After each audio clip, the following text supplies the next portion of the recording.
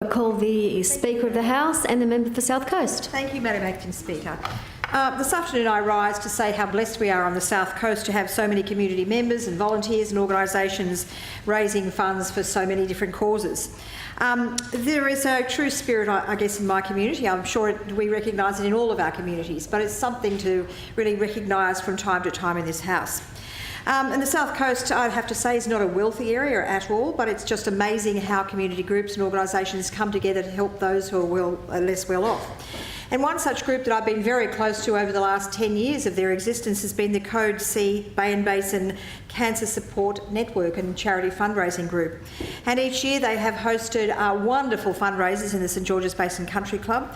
I've been to every single one of them, judging fancy dress competitions, and it is amazing how much money is actually raised every night. So well done to all of them, and well done, of course, for this Saturday night coming up, because we'll have a similarly successful evening, I'm quite sure. It's thanks to this hard-working group of individuals that free transportation from the Bay and Basin to the Cancer Care Centre in Nara is even possible. Past events, fundraising drives, community support have enabled Code C Bay and Basin to purchase a bus, ensuring that local cancer patients have one less trouble to worry about. That is safe, reliable and free transport for their treatment. In the last year, Bay and Basin residents and cancer sufferers have travelled 20,270 kilometres, transported 267 passengers to 533 appointments, with volunteers again donating 754 hours of their time to ensure these journeys are possible.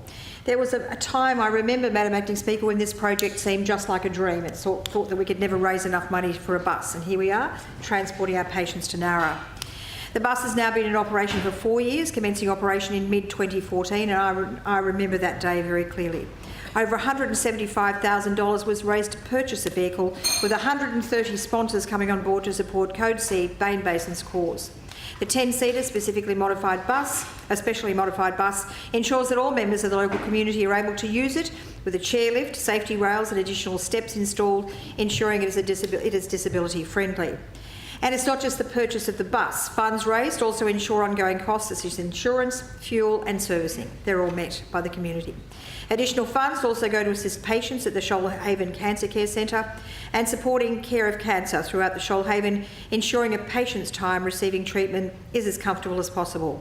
Each year, around $30,000 is raised at the evening event coming up this Saturday, and at $10 a ticket, that equals a lot of support from the local community through raffles and auctions, and a substantial support from sponsors such as the St George's Basin Country Club.